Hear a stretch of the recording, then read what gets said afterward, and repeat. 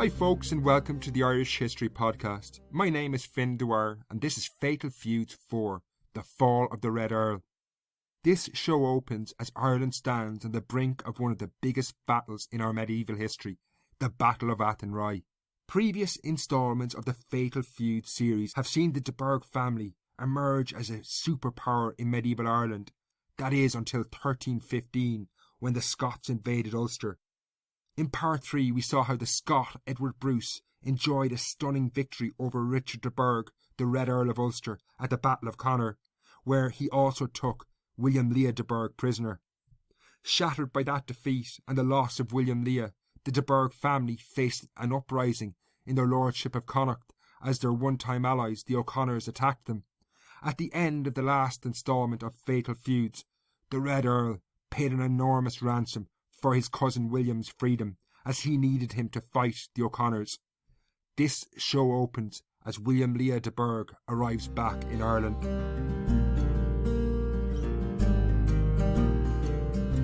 Whether it berthed in Dublin or Drogheda, when the ship carrying William Leah de Burgh reached Ireland, it can only have been greeted with mixed emotions.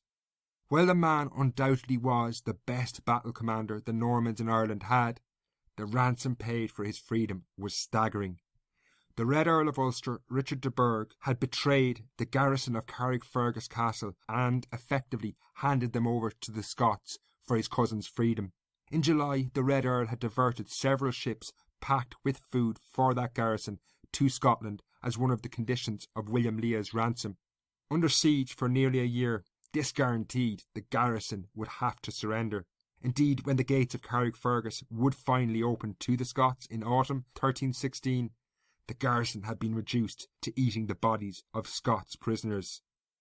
However, the de Burgh family themselves had paid a pretty high price for William's freedom as well.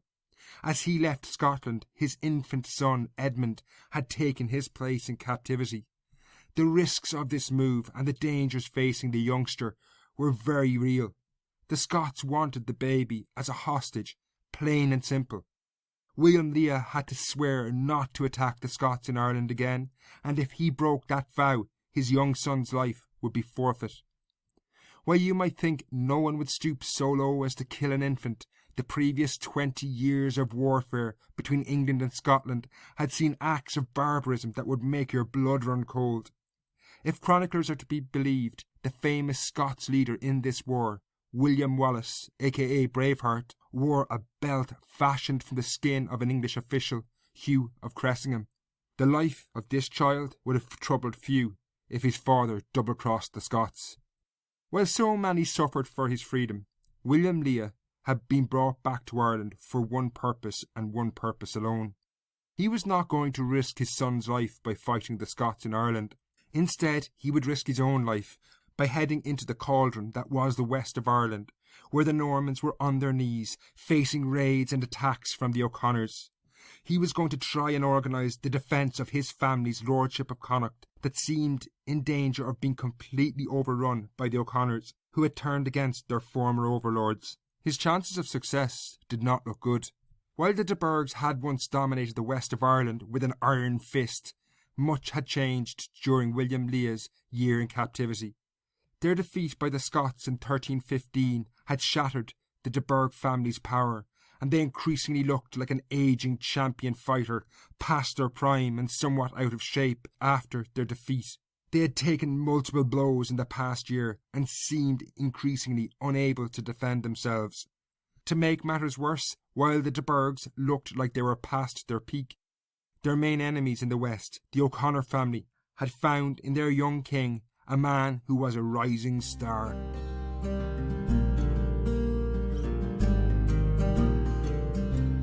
Phelim O'Conor, the 23-year-old king of the O'Conors, was the rising star of medieval Ireland by 1316. Once an ally of the de Burghs, he had even marched north with the Red Earl and William Leah in 1315 to drive the Scots from Ulster when they had invaded. In the following months of chaos that swept through Ireland, the young King Phelim had proven himself well able to adapt to this changing situation. He had defeated his cousin Rory, who had tried to take his throne, and then in 1316, realising the weakness of the de Burghs, he had turned on them too. But Phelim, like all successful kings, had an insatiable thirst for power, and he and those around him had ambitions far beyond defeating the de Burghs. As a distant relative of Rory O'Connor, the last High King of Ireland who had died in 1198, Phelim had a legitimate claim to be High King himself. Now, true enough, the Scot Edward Bruce had laid a claim on the title after his invasion of 1315, but the O'Connors had never agreed or accepted that. As his power grew, Phelim had pushed ahead and had laid a rival claim to the title as well, and if anything, he was more successful than Bruce. While Edward Bruce never really succeeded in gaining much support outside of Ulster and the O'Neill family, Phelim found supporters across Ireland.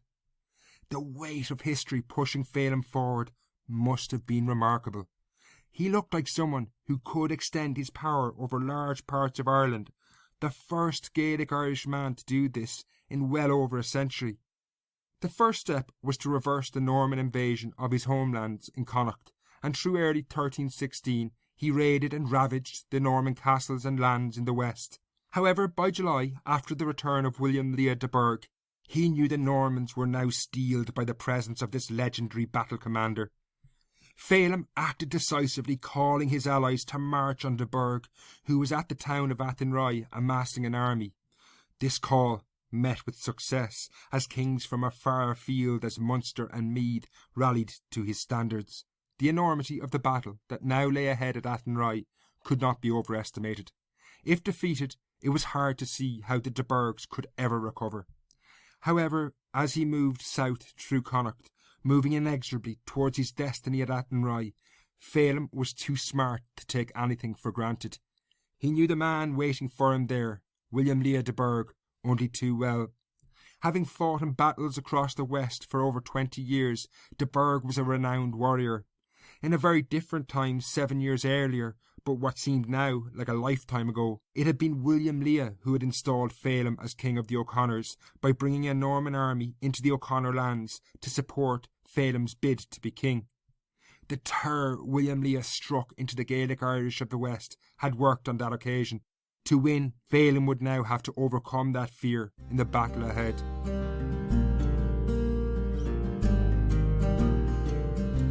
By early August, Phelim, with his great army, descended on Athenry, where William Lea de Burgh was amassing an army with the support of Richard de Birmingham, the Lord of Athenry. Had the timing of the battle been at de Burgh and de Birmingham's choosing, they wouldn't have gone to war so quickly. They needed a few weeks more. William Lea was just back in the west, and preparations were rushed. However, the day of reckoning could not be put off. On the morning of August the 10th, 1316, as William Lea de Burgh and Phelim O'Connor were strapped into their armour, both men knew they may well have seen the sun rise for the last time. It was difficult to see how the loser could survive the coming battle. The anticipation of this gargantuan encounter must have been immense as the soldiers looked across the battlefield at the opposing armies. Each man knew that he or many of those around him would not live to see the sun set. However, when the battle was joined, these considerations undoubtedly evaporated in the heat of a struggle that proved to be one of the biggest battles of the age. In this encounter, for those in the front lines, they could have had no sense of what was happening. Surrounded by a heaving mass of screaming men, all perspective disappeared in the red mist of war. However, by the day's end, it was William Lea de Burgh who basked in the setting sun as he pulled off what was an astonishing victory. He, along with Richard de Birmingham, had led the Normans to a stunning victory against the odds, justifying that terrible price paid for William Lea's ransom. Phelim O'Connor could not and did not survive the battle.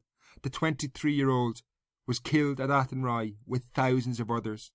The annals of Connacht recall the words of an anonymous Gaelic Irish poet who reflected, "Many of the men of all Ireland lay dead about that great field. Many a king's son, who I name not, of the Meath and Munster hosts, was filled in that great rout.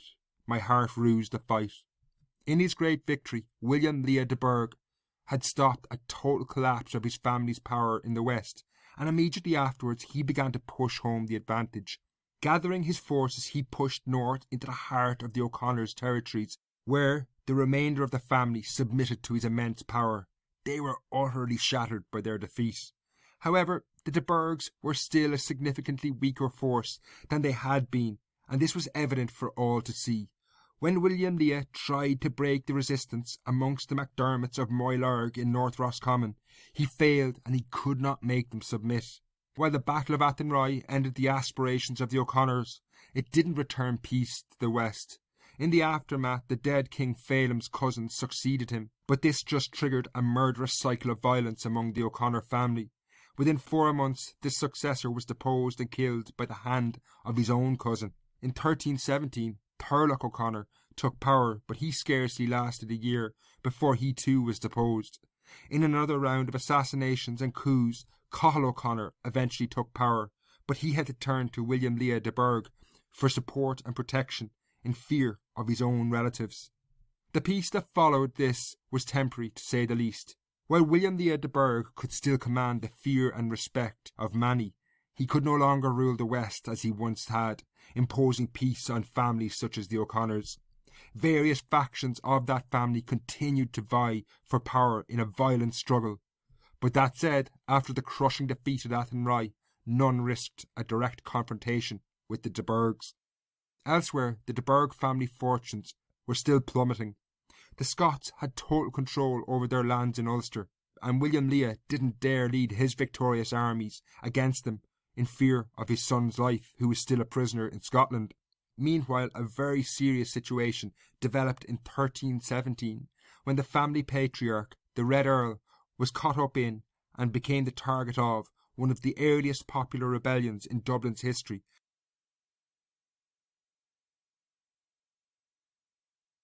In the last episode, we saw how the Red Earl of Ulster, Richard de Burgh, seems to have been somewhat struck by paralysis after his defeat at the Battle of Connor. While he retreated to Connacht initially, we saw he found few allies there and was described as a wanderer up and down Erin with no power or lordship that year. Indeed, his best and most decisive act in the years following the Battle of Connor was the ruthlessness he illustrated when he paid the ransom of William Lea de Burgh in 1316. While William Lea went out west to battle with the O'Connors, the Earl seems to have been a bystander in these events. Probably residing in Rathoath, a day's ride from Dublin, he was somewhat removed from the fighting. However, in early 1317, this all changed. Early the previous year, after a major attack south, the Scots invaders had retreated back to Ulster, where they remained for the rest of 1316. However, in January 1317, large numbers of additional Scottish troops began to arrive in Ulster. While the Normans of Ireland were completely unaware, the Scots were preparing for a major winter offensive. Even Robert the Bruce, the King of Scotland, arrived in Ireland to lead this army. The Scots planned to drive south from Ulster, aiming to devastate the Norman colony and eventually attack Dublin.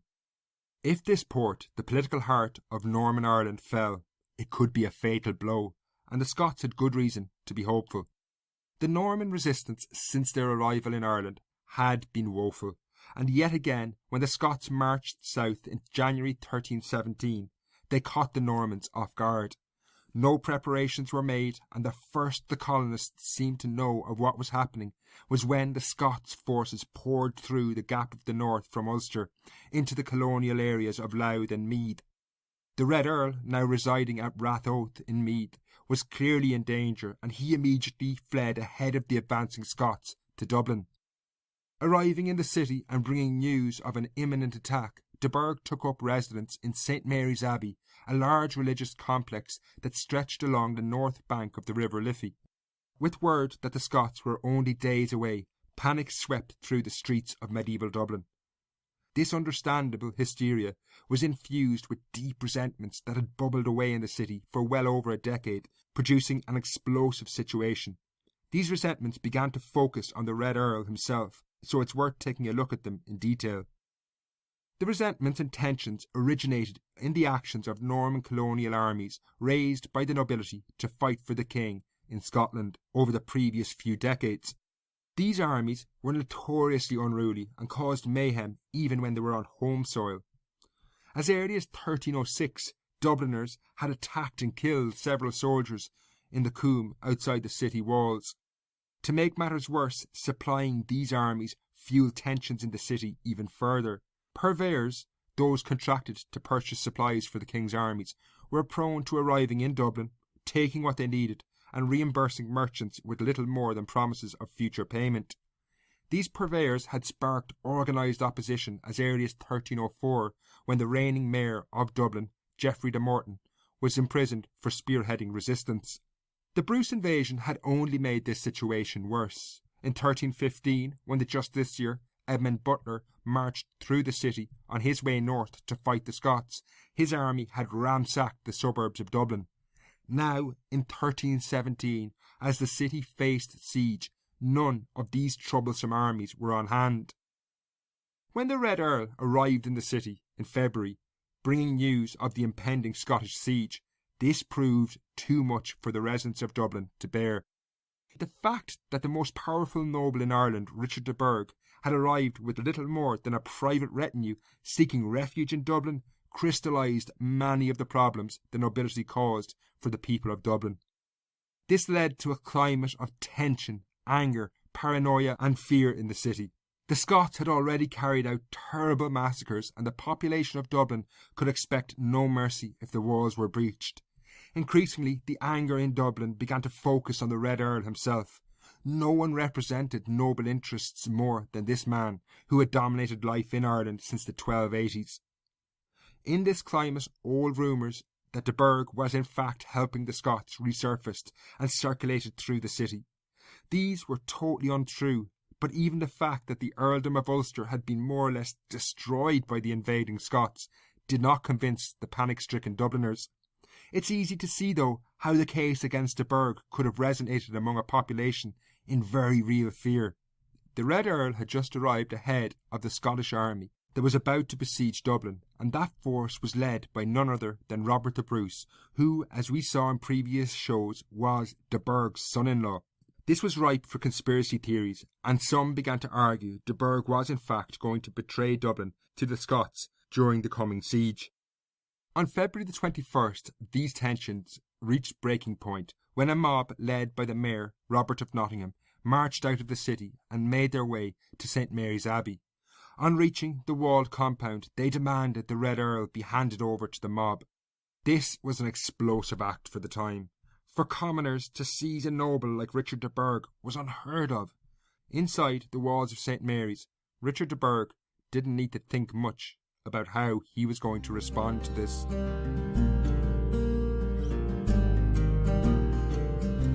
Of all the threats the Red Earl had faced in his long life, the demands of the mob outside St. Mary's Abbey was unique.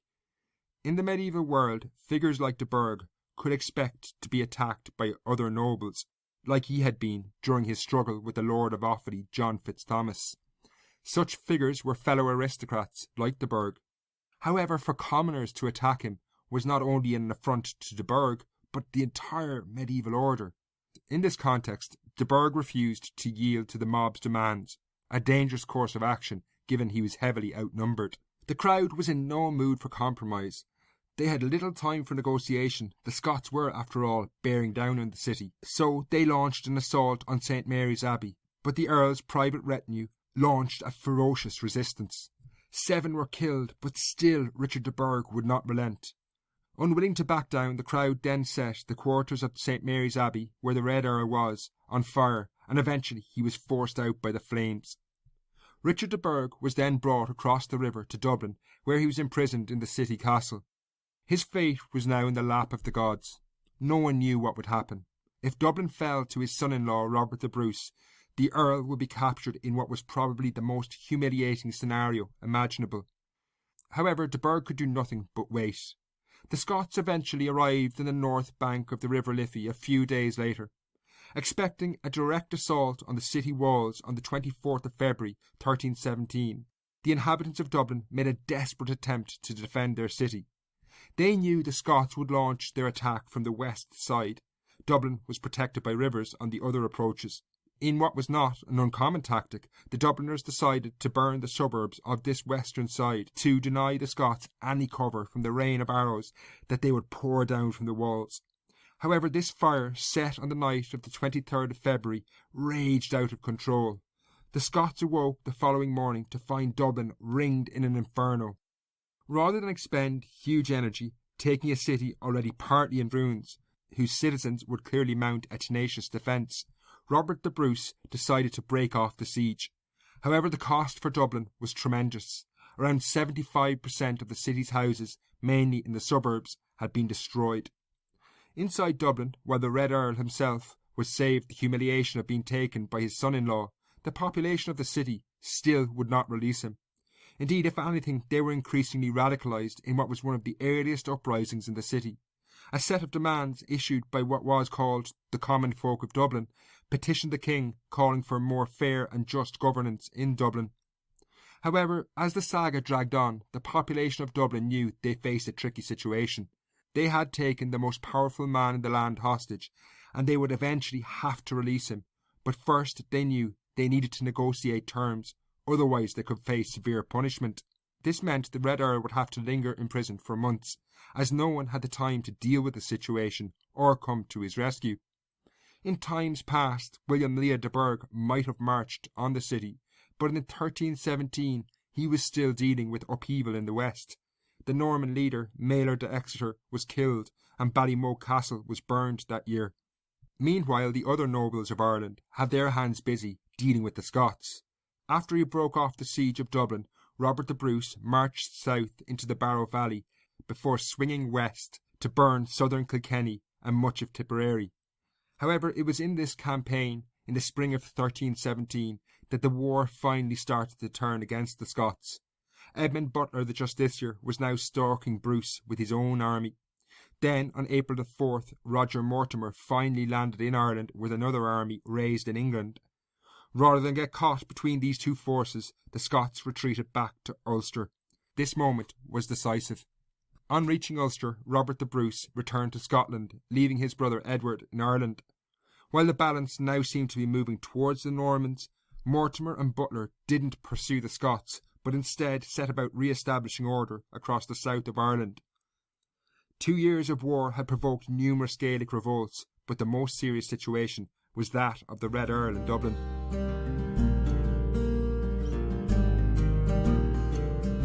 In May 1317, a parliament was summoned and intense negotiations got underway to secure the release of Richard de Burgh. However, the situation was tense to say the least. Orders had come from the king that this parliament, a gathering of nobles, was not to meet in Dublin, as this would only result in violence between the townsfolk and the nobility. Eventually, the freedom of the Earl was secured in June, after sureties were granted that the Dubliners would only be subjected to legal punishments and not any revenge attacks. While Richard de Burgh departed for England for an audience with the king, and William Lea de Burgh was pinned down in the west of Ireland, the other Norman families began to finally reorganise themselves so they could take on the Scots. Over a year later, in October 1318, Edward Bruce launched his fourth attack from Ulster. However, this force was a very different army to the one that had invaded Ireland back in 1315. On this occasion, a Norman army, led by the Red Earl's son-in-law, John de Birmingham, now blocked their way south. In a battle fought at Feuds near Dundalk, the Scots suffered their one and only defeat in Ireland, but it was crushing. Edward Bruce was killed, and with his death the invasion, already facing difficulties, collapsed. Bruce's body was mutilated. His heart was cut out and sent to Dublin along with his hands and 1/4 of his torso as a trophy of war. Meanwhile, his head was sent to King Edward II in England. In the aftermath of this defeat, the Scots army retreated back into Ulster and from there home to Scotland. While the invasion came to an end and the Normans took control of Ulster for the first time in 3 years, there were still major military campaigns to be fought as a wave of retribution followed. The Norman Hugh Bissett was outlawed for having switched sides and aiding the Scots. However, for the Normans an even greater concern was Donal O'Neill, the King of Tyrone, who had been Bruce's greatest supporter in Ireland. After the defeat at the Battle of Feuds and the collapse of the Scots, Donal must have known an onslaught was coming, and come it did. In 1319, a force of Ulster Normans, led by Henry de Mandeville, the new Seneschal of Ulster, invaded with a man called Henry O'Neill. Henry O'Neill was of the Clan de Boy O'Neill family, a faction of the wider O'Neill dynasty who favoured peaceful relations with the Normans. Donald O'Neill, the old king, now in his late 50s, escaped and fled, with Henry being installed as king with Norman support. While the de Burghs slowly took back control of their lands in Ulster, the region was devastated. The lands surrounding Carrickfergus, once the heartland of Norman Ulster, was so depopulated that it was suggested it needed to be recolonised with settlers from England and Wales. The de Burghs' major castles in the region, Greencastle, Northburg and Carrickfergus, had all been taken and were in poor shape. Meanwhile, in the west, their lordship of Connacht had been savaged by the war. The biggest battle, as we saw, had been fought at Athenry. Meanwhile, the castles of Sligo, Ballymote, Meelick, Athlone, Rundoon and Roscommon, along with numerous other fortifications, had been burned, some on several occasions. The power of the family had been smashed, and, to make matters worse, the two leading patriarchs, William Leah and the Red Earl, were now nearly 20 years older than they had been in the years around 1300 when they had built up the family's power. They would not be the men to rebuild it. Indeed, in the coming years they mounted no major campaigns, and little is known about their lives in the 1320s. They travelled to England together in 1322 and 1323, but their days of riding side by side in the saddle, taking on their enemies on the battlefield, were over. There was, no doubt, the power of the family had been dealt a near-fatal blow by the Scots. The 1320s proved a difficult time as a generation of Norman leaders, who ruled and subdued Connacht in particular, passed away. In 1322, Richard de Birmingham, who had led the forces at the Battle of Athenry alongside William Leah de Burgh, died. 2 years later, in 1324, William Leah, the man who had dominated life in the West for so long, passed away as well. Meanwhile, the Red Earl was increasingly a man of another age. In the middle of the Bruce invasion, his old rival, John Fitzthomas, by then the Earl of Kildare, had died. In 1325, his great Gaelic nemesis, Donal O'Neill, passed away in Lagore Crannog, a man who lived out his final days in exile. However, the Red Earl himself, now over 65, lingered on. In 1326 he attended his final parliament, even though he was now seriously ill. Afterwards he retired to the Abbey of Athossil in Tipperary, where his father Walter was buried. A few weeks later, on July 29th, 1326, Richard de Burgh, the Lord of Connacht, the Red Earl of Ulster, and the most powerful man in medieval Irish history, died. His passing was noted across Ireland as a major moment.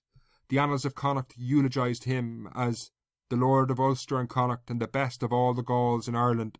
Gaul here is the Irish for foreigner. John Glynn, an Anglo-Norman chronicler in Kilkenny, wrote he was a skilled knight, courteous, rich, wise and full of days. However, even though this generation were dead, the violence that dominated their lives was by no means over. In the final part of Fatal Feuds, we will see the treachery, violence and brutality ratchet up to an intolerable level, with a breathtaking conclusion to the series. I'm away on holidays for the coming weeks, but I will hopefully have that show out in a fortnight.